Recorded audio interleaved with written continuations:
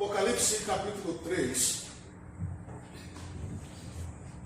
versículo 1.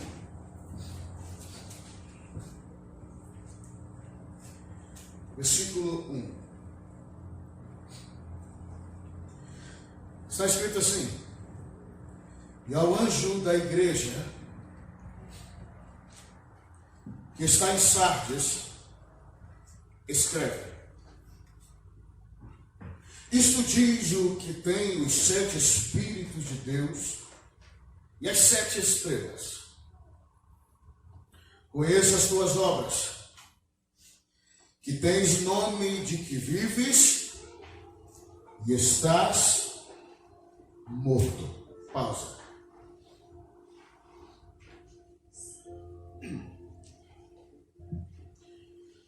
Eu disse que em um determinado momento que das 7 igrejas que o Senhor escreveu uma carta através de João, 2 apenas não foram repreendidas pelo cabeça da igreja. Foi a igreja de Esmirna e de Filadélfia. Mas as outras 5, o Senhor falou de coisas boas que eles praticavam como igreja local, como comunidade, né? Entre si, individualmente, coletivamente, enfim. Mas também essas 5, em todas as suas cartas, foram severamente repreendidas.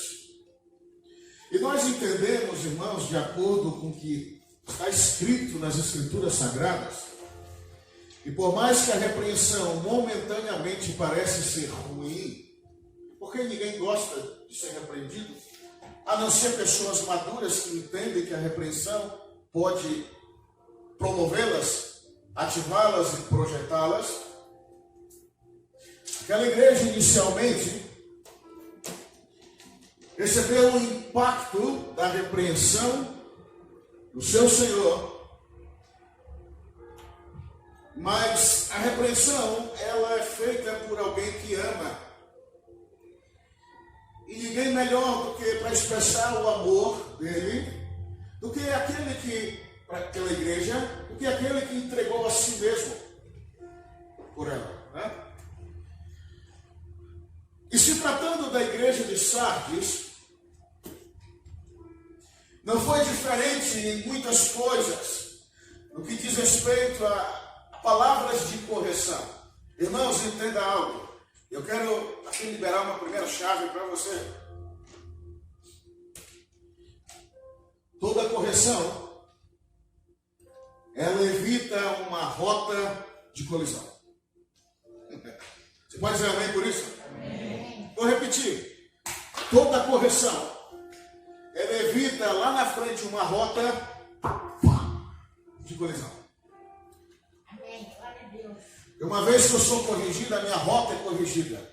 E toda vez que o Senhor se antecipa para me corrigir, é porque lá na frente eu vou ter alguma colisão. Então ele corrige a minha rota para me não colidir com alguma coisa lá na frente. Estão entendendo até aqui? Ok? A igreja de Sardes foi mais uma que foi corrigida as suas rotas e os seus caminhos por Jesus quando João escreveu a carta. Ele começa dizendo aqui que aquele que estava falando não era qualquer um. O que estava falando é o que tinha e o que tem os 7 Espíritos de Deus, que tem a ver com o candelabro. Lembra quando em 2018, se não me engano, foi isso? Falando sobre o espírito de temor, o espírito de sabedoria. Quem lembra? É isso aí. Os 7 Espíritos de Deus. Ele começou dizendo: quem está falando aqui para vocês é aquele que tem os 7 Espíritos de Deus e as 7 estrelas. Lembra que na visão, ali no capítulo 1 ou 2, se não me engano, quando João tem uma visão de Jesus glorificado, ele vê 7 estrelas em sua mão direita, e as 7 estrelas falam dos 7 anjos das 7 igrejas, os 7 pastores das 7 igrejas. E aqui ele está dizendo o seguinte, eles estão na minha mão direita, então eu os corrijo, eu os conduzo, estão sob o meu governo. Né? E aí ele começa a esboçar aqui agora algo que realmente, irmãos, me chamou muito a atenção. Quando ele começa a dizer para a igreja que conhecia as obras da igreja de Sardes, mas tinha um detalhe muito curioso, e eu diria que nessa frase aqui, Jesus mostra o grande contraste ou a grande diferença que existe entre reputação e caráter.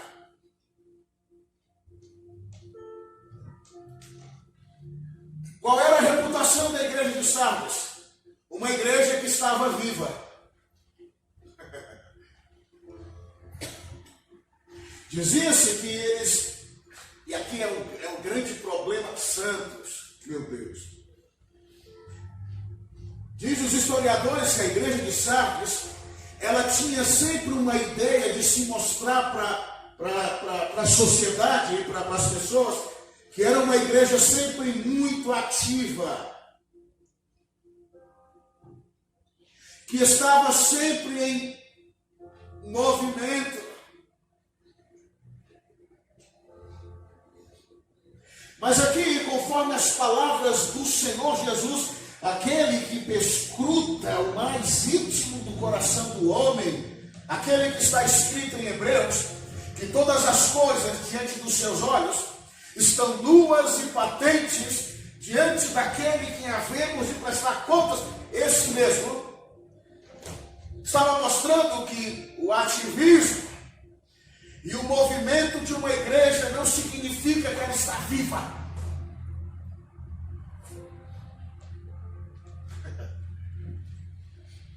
Está aqui? O que se vê nos nossos dias, santos? Um ativismo eclesiástico sem precedentes parou agora por causa de tudo que se sucedeu. Mas o ativismo é algo que borbulha. Movimentos que na maioria das vezes são aleatórios e não cirúrgicos.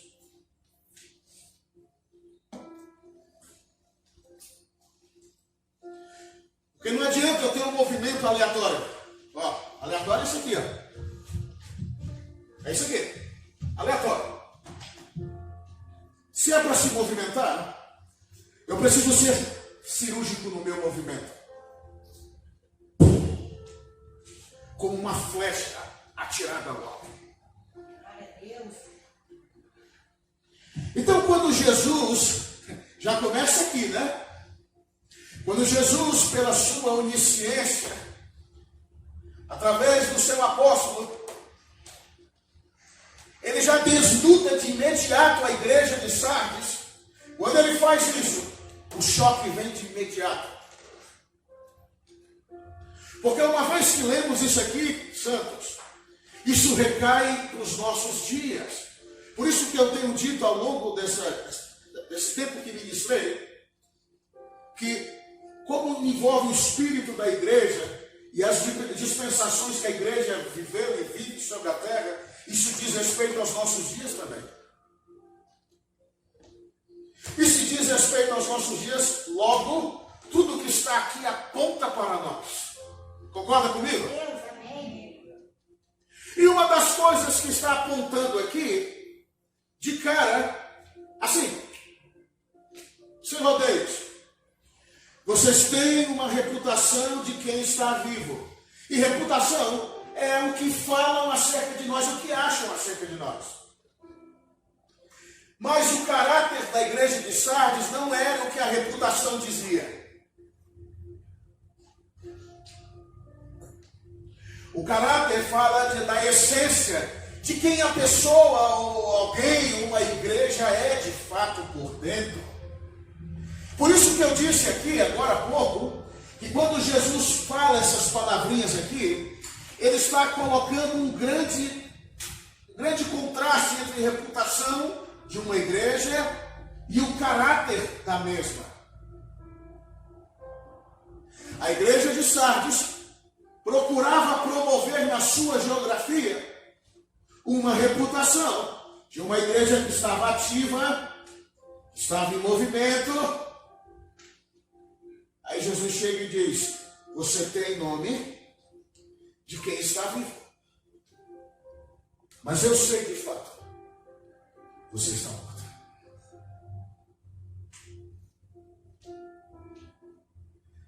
A reputação era de quem estava vivo, mas o que de fato era o caráter da igreja era de uma igreja morta.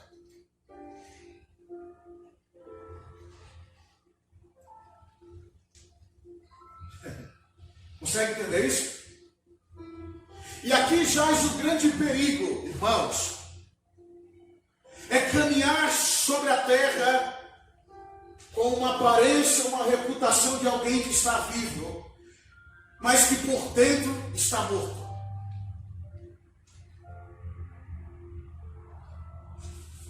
E os homens, com o passar do tempo, eles conseguiram, de uma forma muito hábil, se eu posso dizer assim, caminhar e transitar dentro das igrejas, entrar ano após ano, nos templos, reunidos, com uma reputação de alguém que está vivo, mas que está morto há muito tempo e ninguém sabe. Só ela mesma e o mundo espiritual.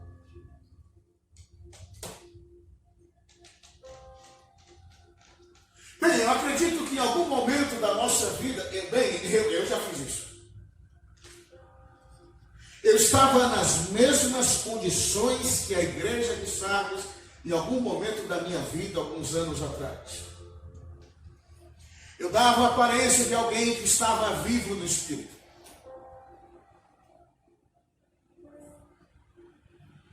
Eu buscava mostrar uma reputação que eu não tinha. Mas a verdade é que eu estava morrendo por dentro. Já contei isso muitas vezes para vocês. E é possível, durante um tempo, estar dentro do arraial de Deus dessa maneira. Por um tempo. Chega um momento que não dá mais para esconder. Mas o que eu quero que você entenda aqui, irmãos, é que Jesus estava mostrando para a igreja de Sardes, primeiro, sua condição espiritual, confrontando uma aparência enganosa.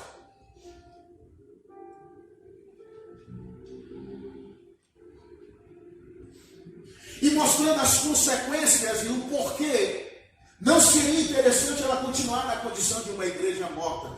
Deixa eu marcar em Apocalipse, deixa eu lhe dar um exemplo. Abra comigo em Mateus capítulo 8, depois a gente volta para cá. Deixa eu lhe dar um exemplo disso que eu estou falando. Capítulo 8.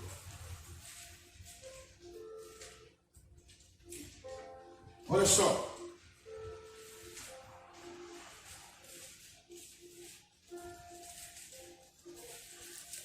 Mateus capítulo 8, versículo 21 e 22.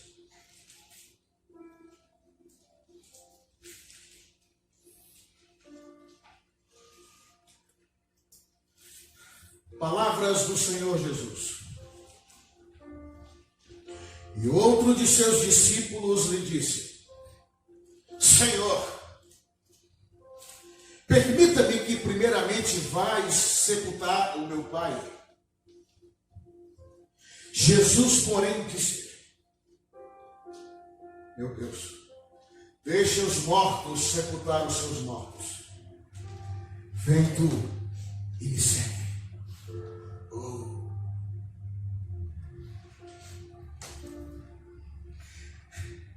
Parece meio radical, né? Mas Jesus sempre foi radical no seu ministério sobre a terra, irmãos. Ele nunca foi meio termo. A verdade é que Jesus sempre mostrou claramente o nível de exigência que seria para todos aqueles que decidissem e escolhessem caminhar com Ele. Nos nossos dias não é diferente.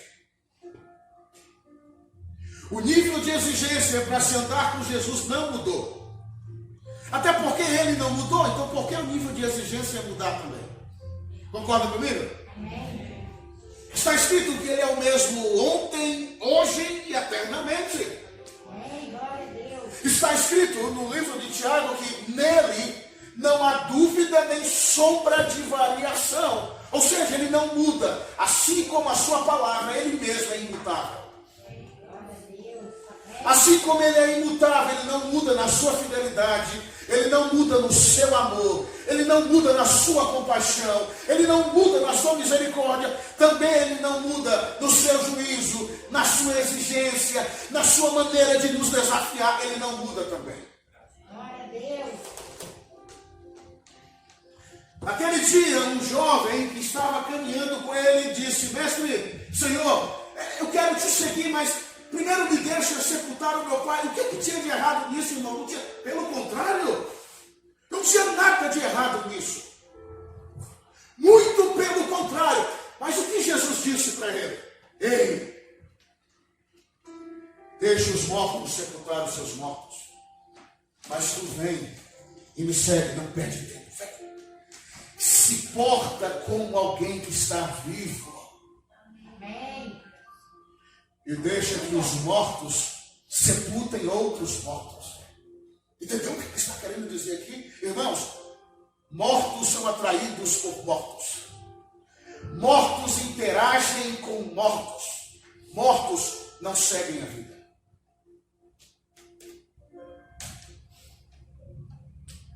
Vou repetir.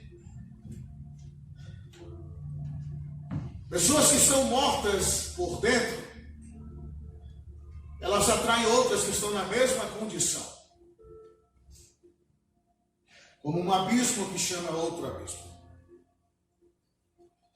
Pessoas que estão espiritualmente mortas, elas não gostam de interagir com quem tem vida. Elas gostam de interagir com quem também está na mesma condição.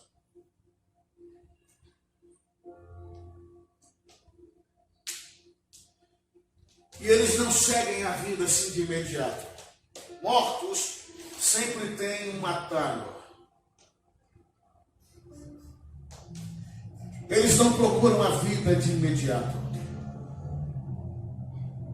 É por isso que na igreja de Sardes, e você pode voltar para Apocalipse agora, Jesus fez questão de dizer que a condição deles era de alguém que estava vivo, mas estava morto por dentro. E quando se trata de alguém morto, alguém, uma comunidade, uma igreja, um ministério, uma cidade, uma nação, o que você imaginar.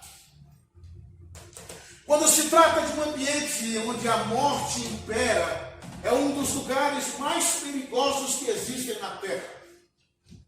Assim como o cemitério é o lugar mais precioso da terra, segundo Miles Monroe. Sabia disso?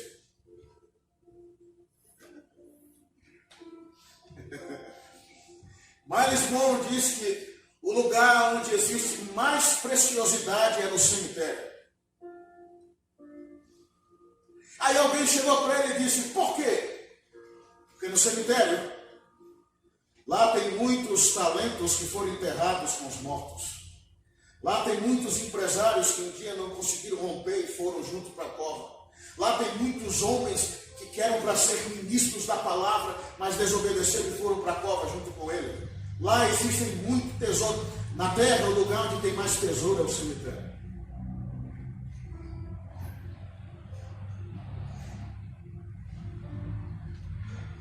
Pois onde está a morte, então, irmãos, é óbvio. E quando se trata de uma realidade espiritual, a vida vem e supera a morte, nós não temos dúvida disso. Por isso Jesus fez o seu trabalho messiânico. Mas o que eu quero que você entenda aqui é uma situação que nós costumeiramente, de repente, vivemos há um tempo atrás, irmãos. Eu vejo várias pessoas comentando comigo, e isso me alegra, a importância que foi ser ministrado o ano inteiro de 2019 acerca da palavra de ordem.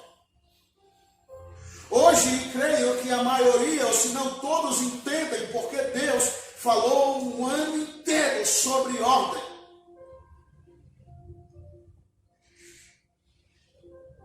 Para suportar o que viria agora?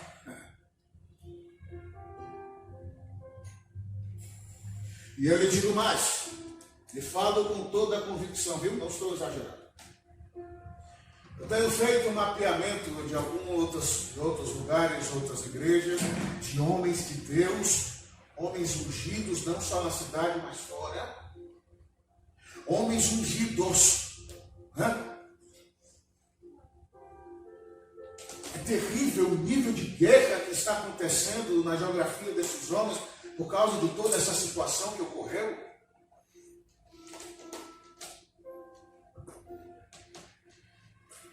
Terrível, irmãos. E aí eu me pergunto, Senhor, e na verdade até afirmo, Senhor, como tu tens sido bom para conosco. E eu vejo como o Senhor nos guardando, irmãos, mas eu entendo por quê. Porque Ele alinhou as nossas rotas lá atrás. Amém. Glória a Deus. Você lembra quando eu dizia inúmeras vezes, sabe por que o Senhor está dizendo, coloque em ordem agora seus caminhos, sua vida? Lembra quando eu dizia, porque ele foi lá na frente, e Ele sabe o que vai acontecer lá, o que pode nos pegar de surpresa. Quantos lembram disso? Ele já sabia o que ia acontecer nesse ano. E por graça, por favor e por misericórdia, Ele nos avisou, irmãos. E de uma forma ou de outra, essa palavra ainda está sobre a nossa vida no mundo espiritual. E é ela que tem resguardado e protegido você e o rebanho como um todo. Porque poderia estar terrivelmente pior. Não tenha dúvidas disso. Então lá, Ele com a sua palavra alinha os nossos caminhos, promovendo vida para nós lá atrás. Para que essa morte que impera sobre a terra nesses dias, silenciosa, sutil, não se apegasse em nossa vida, irmãos. Amém? Então, Jesus, ele começa dizendo, você não está vivo. Primeira coisa que eu quero que você entenda, igreja de Sardes, vocês estão mortos. Tá? Versículo 2. Ele dá uma instrução. Ser vigilante. E confirma os restantes que estão para morrer. Ainda havia mais morte espiritual por vir naquela igreja, irmãos. Consegue entender a gravidade disso? Porque eu tenho dito aqui inúmeras vezes e vou repetir. A obra da cruz, de fato, já é mais que suficiente para todos nós. Porém, tem um grande detalhe. A resistência não parou. Satanás não diminuiu a sua frequência espiritual contra a igreja. Pelo contrário, estamos na reta final. Então ele vai intensificar. Ele vai intensificar. Você não acha que seria um prêmio a minha cabeça ou a sua na mão dele? Seria um prêmio, irmãos.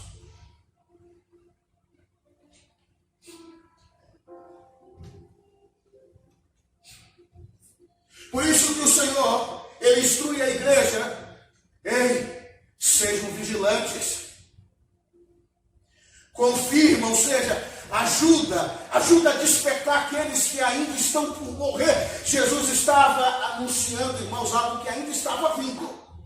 Uma morte espiritual que ia atingir ainda um grupo de pessoas da igreja de Sardes. Então ele disse, anjo da igreja, escuta o que eu estou te falando, confirma, ajuda aqueles que ainda vão morrer, ajuda a despertar.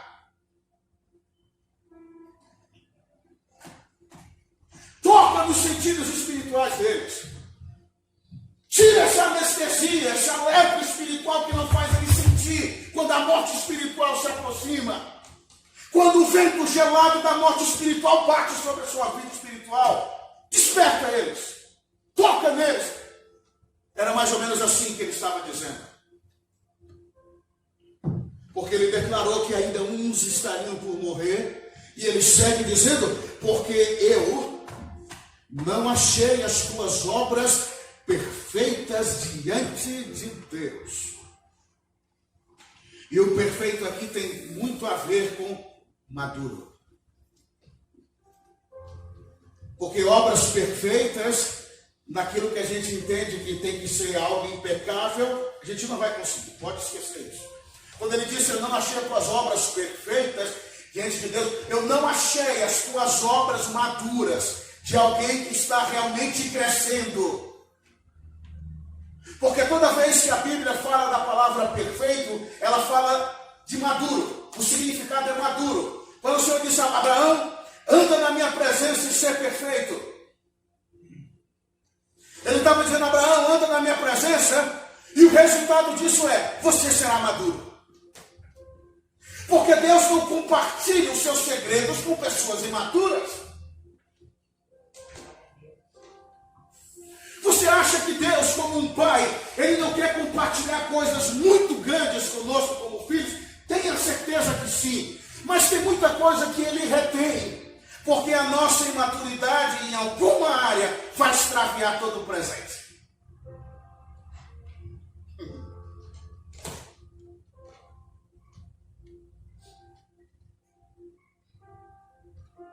Está entendendo? Ok? Então Jesus disse, ser vigilante, fica atento. Fica atento. Confirma os restantes que estão para morrer, porque não achei as tuas obras maduras, como alguém que está grande no espírito diante do meu Deus. Compreende isso, irmãos? Agora você há de concordar comigo.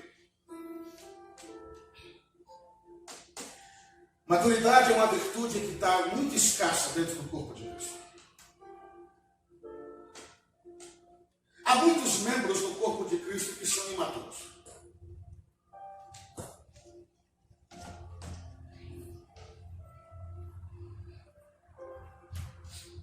Sabe, eu e a pastora, durante a nossa caminhada, mesmo jovens, nós ganhamos maturidade na raça, irmãos. Porque era pancada atrás de pancada. E você não ganha maturidade quando você está no mar de rosas. Percebeu? Ei, aquelas pétalas assim, você fica lá, que delícia, não?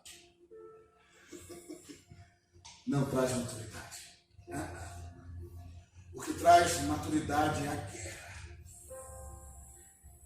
É as lágrimas que você derrama por causa da dor. É o sofrimento, a angústia.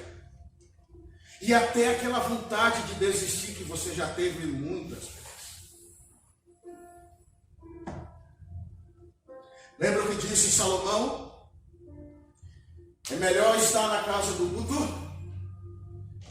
do que no lugar onde tem muita alegria. Que estranho, não? Porque na casa do luto eu cresço mais. A alegria é só festa. E o que mais tem é distração. E distrações não me fazem crescer, pelo contrário, me fazem perder-se. Quantos estão entendendo isso, irmãos? Amém. Você consegue compreender isso? Então o Senhor disse, ei, igreja de Sardes, eu não estou encontrando você crescida diante do meu Deus, do meu Pai. Vocês não estão na estatura que eu queria que estivessem.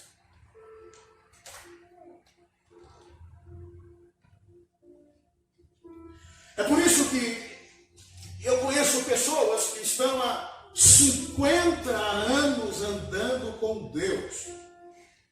Mas o nível de maturidade é de um recém-convertido.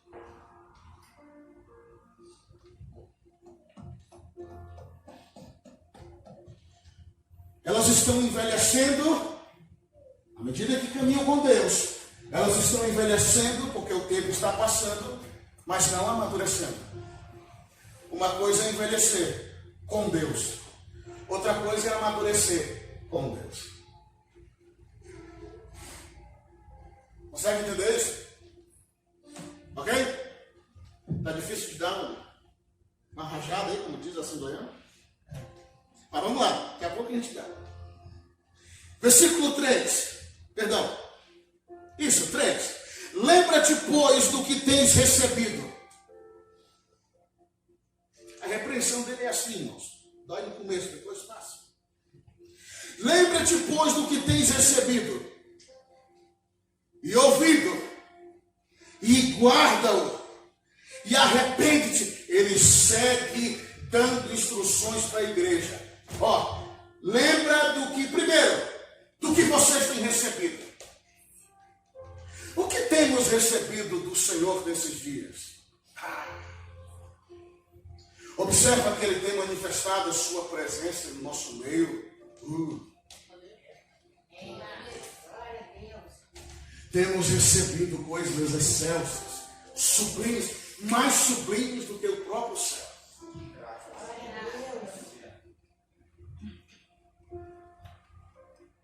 Então, a questão é, temos recebido algo do Senhor? Sim. Mas receber é o suficiente? Não.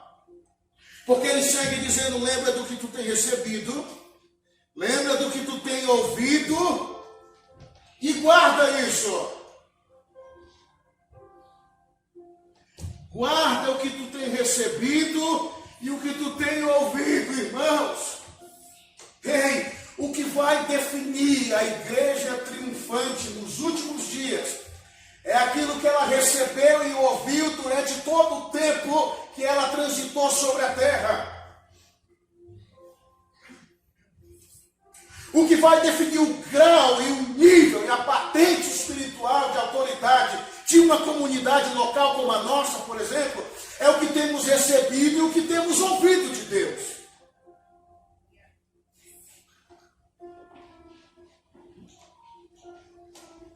Me diga uma coisa, o que seria mais propício para o nosso crescimento?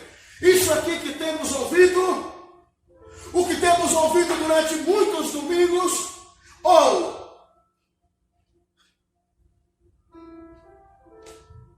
trazei todos os dízimos à casa do tesouro, blá, blá, blá, blá. Então faça a prova de mim, porque eu vou abrir as janelas e te darei uma bênção tal. O que faz crescer mais? É bíblico? É princípio? Sim. Mas o que faz você crescer?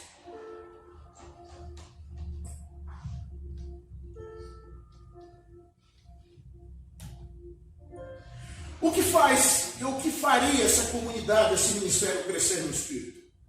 Tudo que temos ouvido e recebido de Deus, ou as 3 portas da vitória? A chave para alguma coisa. Meu sonho. Não abra mão dos seus sonhos. Ultimamente eu tenho visto muito padeiro na internet. Só está vendendo sonho nas pregações. É só sonho, meu irmão. Queria saber que sabor tem esse sonho. Será que é sabor de mel? O que é?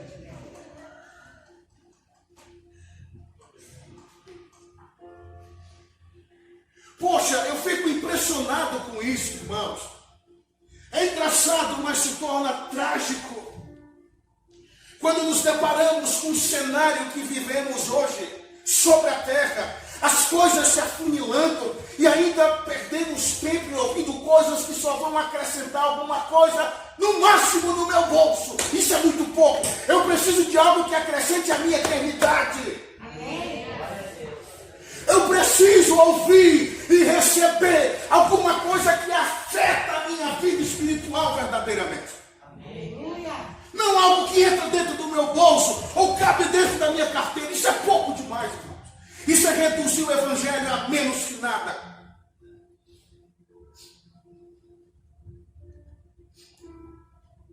Consegue compreender? Então Jesus disse: que vocês têm recebido, que têm ouvido, guarda. Então não é suficiente apenas receber, né? Receber. Não é necessário apenas ouvir. É necessário guardar. E aí entra de novo aquela situação que eu falei em algum momento aqui. O guardar é proteger ou se tornar um guardião daquilo que Deus tem lhe confiado. Não, pastor, não preciso, porque, irmãos, parábola do semeador. Eis que o semeador saiu a semear. Parte da sua semente caiu na beira do caminho e veio as aves do céu. E depois ele explica: Satanás vem e rouba a palavra. Você acha que a velocidade de Satanás é igual à nossa? Ele não deixou de ser um anjo. Logo, sua velocidade é até maior que a velocidade da luz.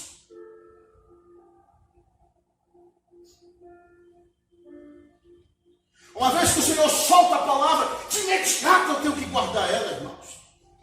Eu não posso perder tempo.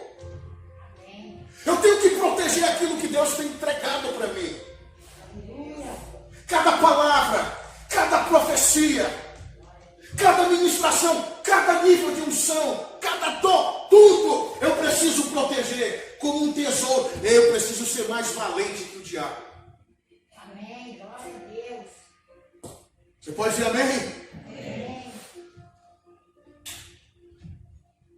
Então entenda, ele olha para a igreja de Sardes, e ele diz: o que tu tem recebido, ouvido e guardado, e ouvido guarda e arrepende-te. E ele segue dizendo: e se não vigiares, aí entra mais uma vez a vigilância que devemos ter, virei sobre ti como um ladrão, e não saberás a hora que virei sobre ti. E aqui entra o grande problema da igreja de Sardes.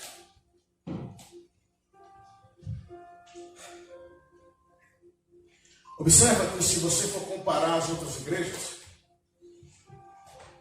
eles não tinham problema com falsos apóstolos, ou falsos profetas, ou falsos mestres.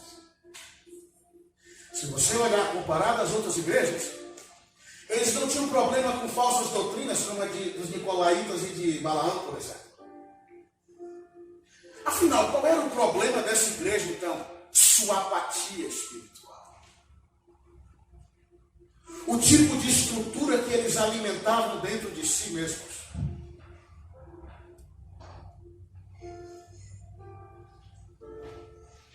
E aqui entra uma questão muito importante: o tipo de estrutura que carregamos no nosso espírito, irmãos.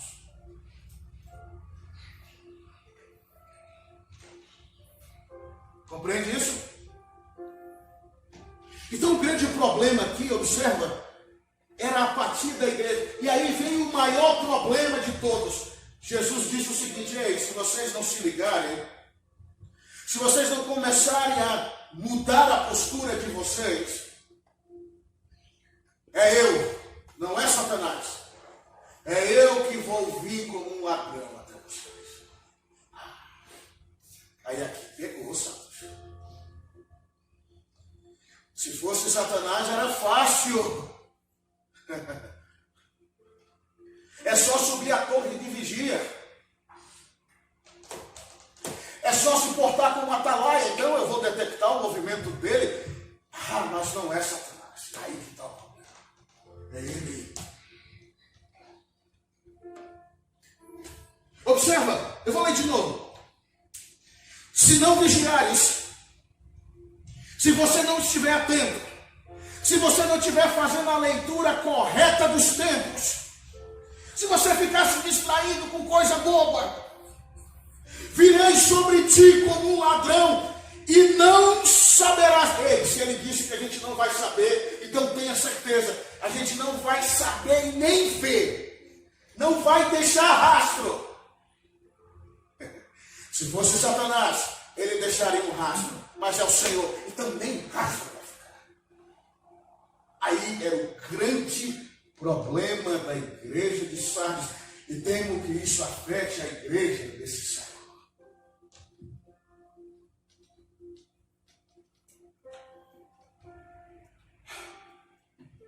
Se não vigiares, eu virei sobre ti como um ladrão. Ladrão avisa quando vai roubar a casa? Não.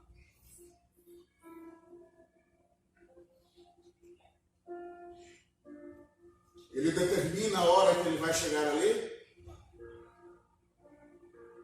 É de surpresa, correto? É quando menos esperamos.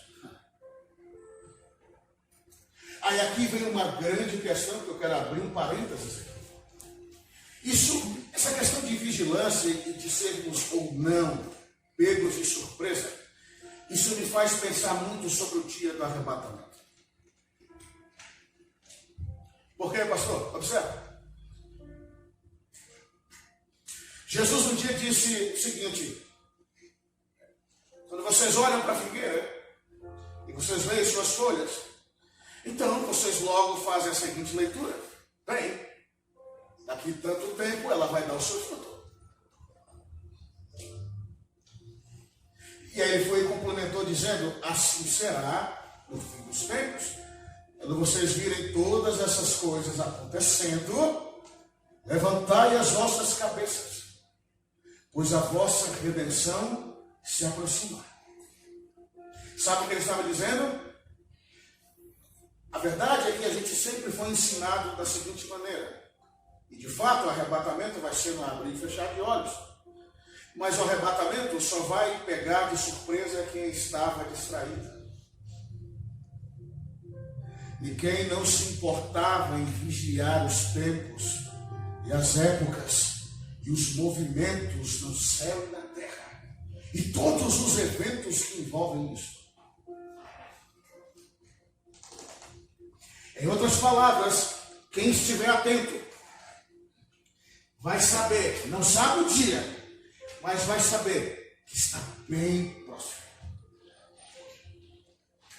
Por exemplo, eu digo por mim, tá? Nesse momento que estamos, penso que ainda vai demorar um pouco. Tem gente que acredita, bem, eu vi um homem, meu Deus, de cada um, cara. Eu vi um homem no YouTube dizer que o arrebatamento da igreja seria agora dia 8 de abril. Eu pensei, santo Deus, isso vai ser tremendo. Um dia depois do meu aniversário, eu vou receber um baita presente. Eu vou celebrar o meu aniversário nas bodas do Cordeiro. Que nada, estou aqui até agora. Os caras se atrevem a falar cada coisa, irmãos.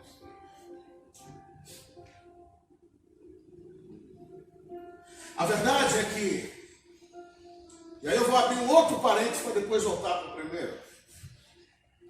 Quando Jesus disse o seguinte: aquele dia, aquela hora, ninguém sabe, nem o Filho, nem os anjos, senão o Pai. E aí vem uma outra questão que as pessoas até hoje acreditam que Jesus, porque falou isso, não sabe o dia que ele vai voltar. Não, só quem sabe é o Pai. Irmãos, ele falou aquilo nos dias da sua carne. Mas agora glorificado, sendo um com o Pai e o Espírito. Você acha que ele não vai saber? Ele é um com o Pai e o Espírito. Ele faz parte da divindade, logo ele sabe. Ele falou isso, foi nos dias da sua carne. Compreende? Então, o que eu estava dizendo agora há pouco, no primeiro parênteses, é a necessidade de estarmos vigilantes. Irmãos, aqui vai um grande conselho da minha parte para você. Pastor, então significa que eu preciso estar vigilante com o diabo? Também. Eu preciso estar vigilante com as hostes espirituais da maldade? Sim, também. Eu preciso estar vigilante com os eventos no céu, no cosmos, na terra. Claro. Mas deixa eu lhe dar um conselho. A maior vigilância que você pode ter, para mim é a principal, é você vigiar seus próprios passos. Seu próprio coração. É a melhor vigilância que você pode fazer nesses dias.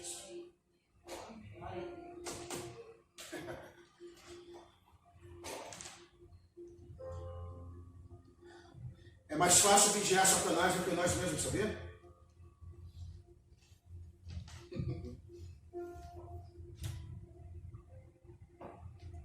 Então, quando Jesus disse: fiquem atentos, que estão eu vou vir e vocês não vão perceber, isso é muito sério.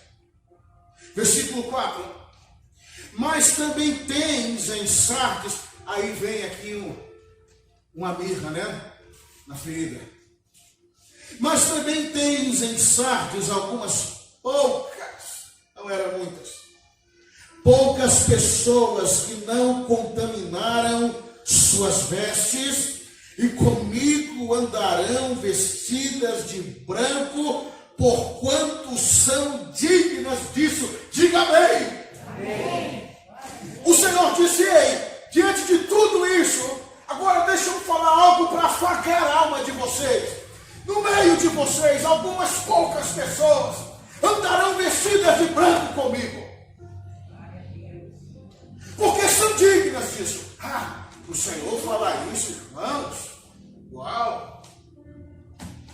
Já parou para pensar? Ei, já parou para pensar? Ei, me diga uma coisa. De que nós somos dignos nessa terra, pelo amor de Deus?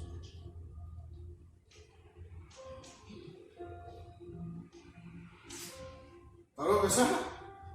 De que nós somos dignos? Se não há nada bom em nós e na nossa existência.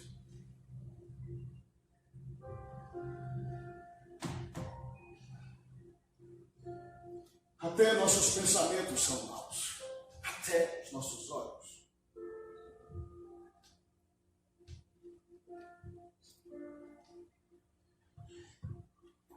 O fato de Jesus ter dito isso, isso me assusta. Algumas poucas pessoas, vou repetir, em Sardes, estão no meio de vocês. Eu quero dizer algo. Elas vão andar comigo vestidos de branco, as vestes da justiça, da pureza, da glória revelada, vestimentas eternas. Ele disse: algumas vão andar comigo de branco, mas até aí está tudo bem. Mas o que me assustou aqui foi ele dizer: porque elas são dignas.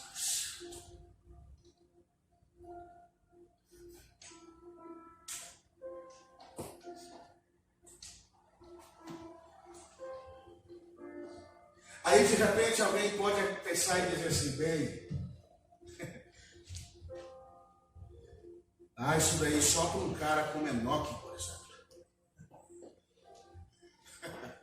Porque afinal de contas, Enoque andou com Deus de tal maneira que se tornou irresistível para ele. Transitava livremente na dimensão física e espiritual, como se fosse qualquer coisa. Até que chegou um dia e o Senhor o tomou para si, porque a maneira que Enoque andava na terra, quem ele era, agradava tanto a Deus, irmãos, que ele se tornou irresistível para ele.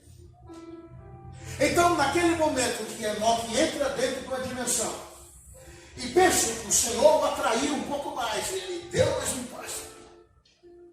E o Senhor o chamou um pouco mais, veio mais fundo Enoque. Uau! E ele foi mais uma vez. Estou confabulando aqui, né? Mas foi mais ou menos assim. Veio mais. Ele foi de tal maneira, ele foi tão profundo que ele não conseguiu mais voltar. Com o corpo e tudo, tá bom? E aí quando ele atravessa a última das dimensões, ele vê o Senhor abraçando ele. Vem cá, fica comigo. Alguém pode dizer, um cara como esse certamente vai andar de branco.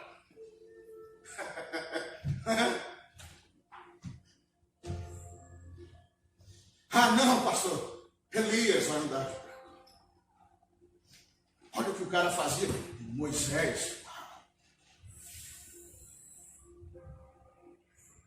O cara que hoje em dia, os ortodoxos, é o mais respeitado de todos. Pode mexer com qualquer um, menos com Moisés, os que não acreditam em Jesus, né? Mexa com qualquer um, até com Davi, que foi um monstro também, mas não mexa com Moisés. Os caras ficam loucos. Entende? Mas a verdade é que quando Jesus disse, alguns poucos que estão aí, não estava Enoque ali. Davi, Moisés, Elias, ninguém estava ali. Eram pessoas comuns, assim como os caras também eram comuns. Eles eram tremendos, mas eram homens comuns, correto? O que estava em Sardes eram pessoas comuns e limitadas como eu e você. Comuns, simples. E ele olhou para essas e de alguma forma ele expressou algo poderoso. Algumas poucas que estão aí vão andar comigo vestidas de branco porque eu os achei dignas disso. Irmãos, por mais que a nossa existência se concentre em alguém que jamais merecia a graça de Deus, o seu favor, a sua salvação, em algum momento o seu coração pode se mostrar para ele tão tremendo que ele vai olhar para você e dizer, você é digno. Aleluia. Sabe, alguma postura sua pode romper o seu limite. Sabe aquele limite do que a gente sempre pensa e é verdade? Nós não merecemos a graça. Nós não merecemos a presença de Deus. É tudo verdade. Nós não merecemos a misericórdia de Deus. Nós não merecemos. De fato, é tudo verdade. Mas tem uma postura na nossa vida, irmãos. A maneira que a gente se move na terra tem um jeito, tem um segredo. Que um dia que a gente descobrir isso, a gente vai romper essa fronteira, esses limites que existem dentro de nós. E quando ele olhar aquela movimentação, ele vai dizer, você é digno. Amém. Glória a Deus. Ele falou para pessoas comuns. Quem sabe ele pode dizer para você, você é digno de andar comigo vestido de branco. Deus. Porque nós somos a sua igreja. Aleluia. Sim, com todos os defeitos, mas nós somos o seu povo. Amém. Meu Deus,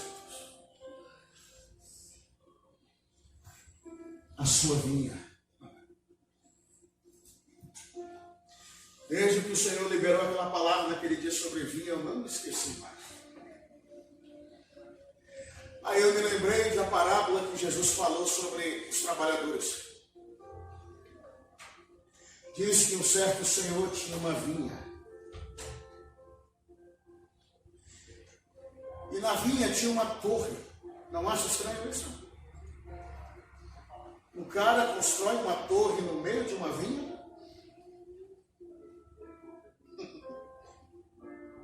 Sabe para que servia aquela torre?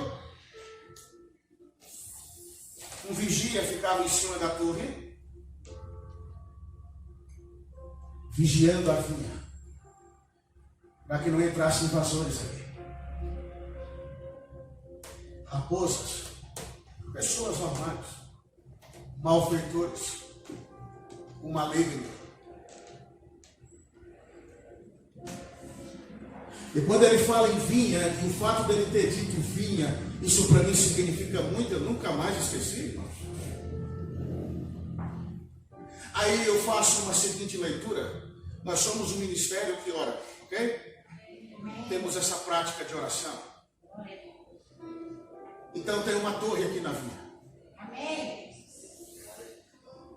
É por isso que Satanás tem dificuldade de entrar aqui. Glória a Deus. Aleluia. É por isso que ele tem dificuldade de entrar na sua casa. Ele se esforça muito, porque tem uma torre aqui. Glória a Deus. Aleluia. Amém? Amém. Abra comigo a sua Bíblia rapidamente em Eclesiastes, já estou terminando.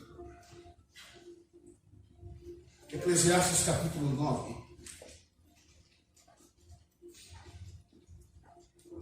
Ainda sobre vestes brancas. Aleluia.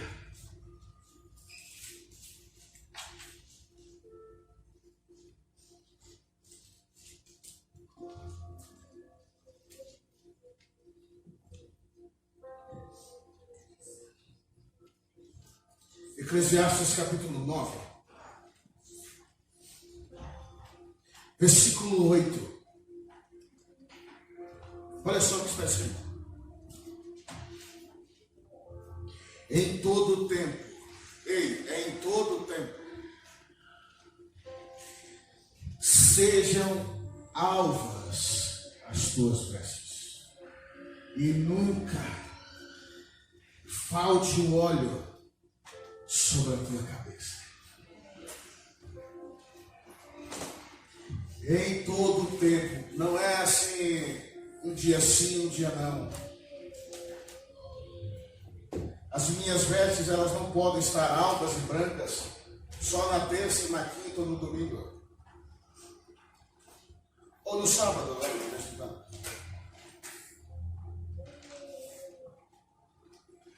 em todo o tempo. E a grande questão aqui é: alvas serão as minhas vestes em todo o tempo, de acordo com a frequência do óleo que cai sobre a minha cabeça.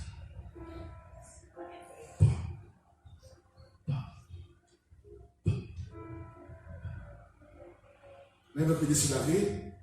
É como o óleo que desce na cabeça de Arão e escorre sobre a sua barba.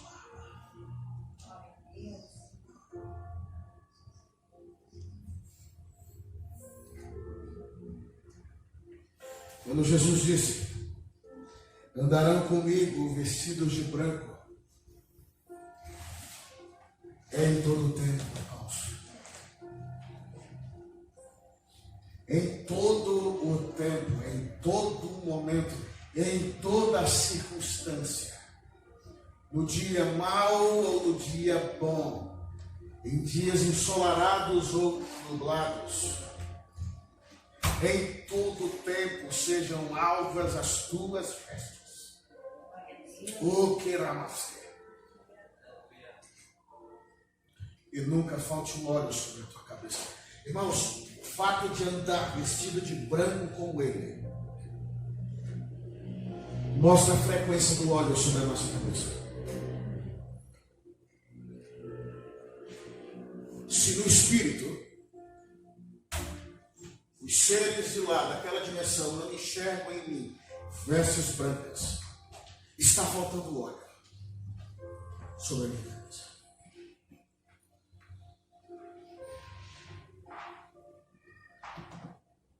Compreende?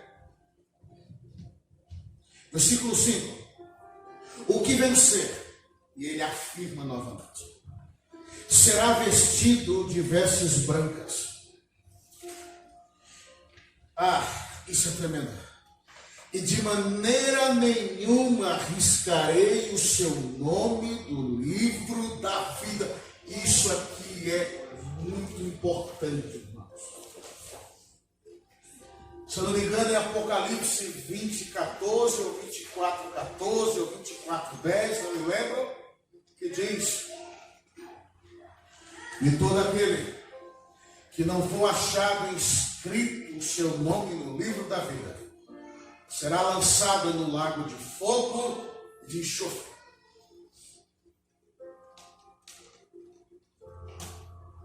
Percebeu a seriedade disso? Ao que vencer, será vestido de vestes brancas e de maneira nenhuma arriscarei o seu nome no livro da vida. Repita comigo: o meu nome. Mais forte: o meu nome está escrito no livro da vida. Seu nome está lá. Diga amém, santos. Seu nome e o meu nome não pode sair de lá. Senão a gente está perdido. Glória a Deus. Se eu me vestir de branco, irmão, se eu tiver uma postura totalmente diferente da igreja de Sardes, eu não vou correr o risco de ter o meu nome riscado. Ah, não, tudo menos isso.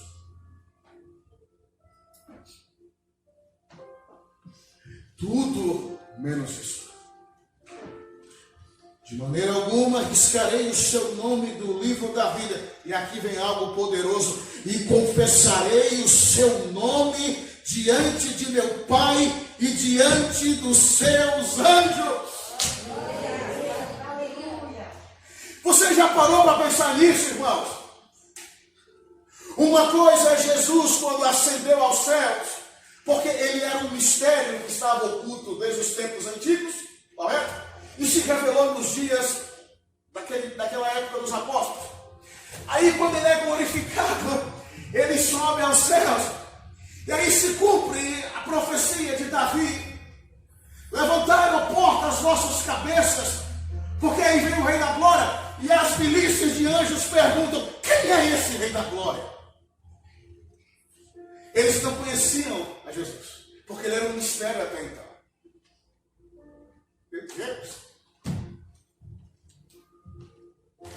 Só se sabia do Pai e do Espírito. O Filho estava escondido no seio do Pai todo esse tempo. Aí uma coisa é ele subir. Quem é esse, o Rei da Glória? Levantaram portas às cabeças, aí vem o Rei da Glória. Uma coisa é os anjos do céu proclamar o nome de alguém que é soberano nos céus e na terra. Outra coisa é esse soberano chamar os anjos de todos os compartimentos do céu e começar a gritar o seu nome. Aleluia. Isso é espantoso, santo. Glória a Deus.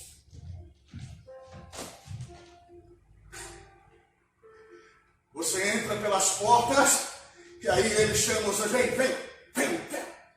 E começa a proclamar o seu nome. Irmãos, percebam o que significa isso. Seu nome ecoando na eternidade, porque ele disse: se vocês vencerem, eu vou confessar o seu nome diante do Pai e dos anjos que nos assistem. Amém. Seu nome vai estar ecoando na eternidade ao som da voz do Cordeiro. Glória a Deus. Aleluia. As milícias de anjos vão declarar o seu nome, irmãos. Glória a Deus. Porque afinal de contas está escrito: não havemos nós de naquele dia julgar os anjos. Isso aí é outra coisa, não quero entrar fundo nisso. Mas isso fala da igreja glorificada. Nós receberemos poder para julgar santos. Agora não compete a nós, mas naquele dia, com o corpo glorificado, a mente de Deus impressa em nós, Aleluia. o julgamento será justo. Glória a Deus.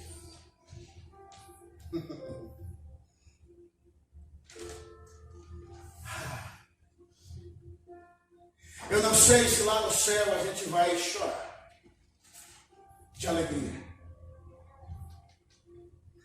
Mas certamente, se for possível isso, ninguém vai se aguentar quando isso acontecer, irmãos. Entrar nos portões e o próprio Cordeiro dizer: Pai, olha quem está chegando aí. E falar o nome de vocês, santos. Aleluia.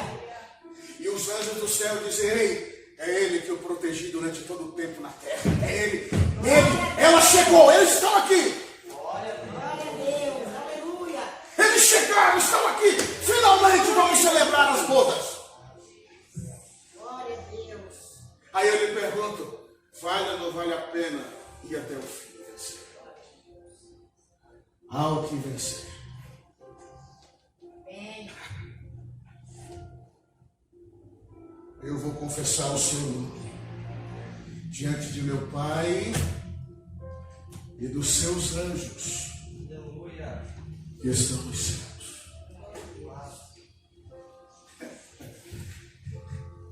Já pensou o fraquinho? Ó, olha bem. O fraquinho do Miguel chamando o teu nome? Bem fraquinho.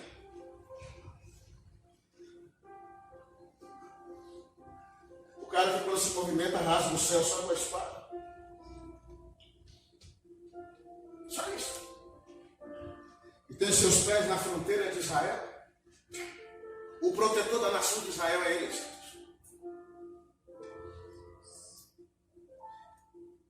Claro, às vezes ele sai para brigar com Maria Mulamba, segundo alguns pregadores aí. Cá, Miguel, arrebenta aqui Maria Mulamba. Tudo bem, ele faz isso às vezes, no trabalho extra. Não, ele não faz isso. Mas perceba, todos os seres do céu, irmãos, isso me chama muita atenção. O fato de o próprio Jesus dizer são dignos. E o fato de todos os seres do céu, a um só, falarem o seu nome. Não, isso é demais. Ele prometeu estar aqui?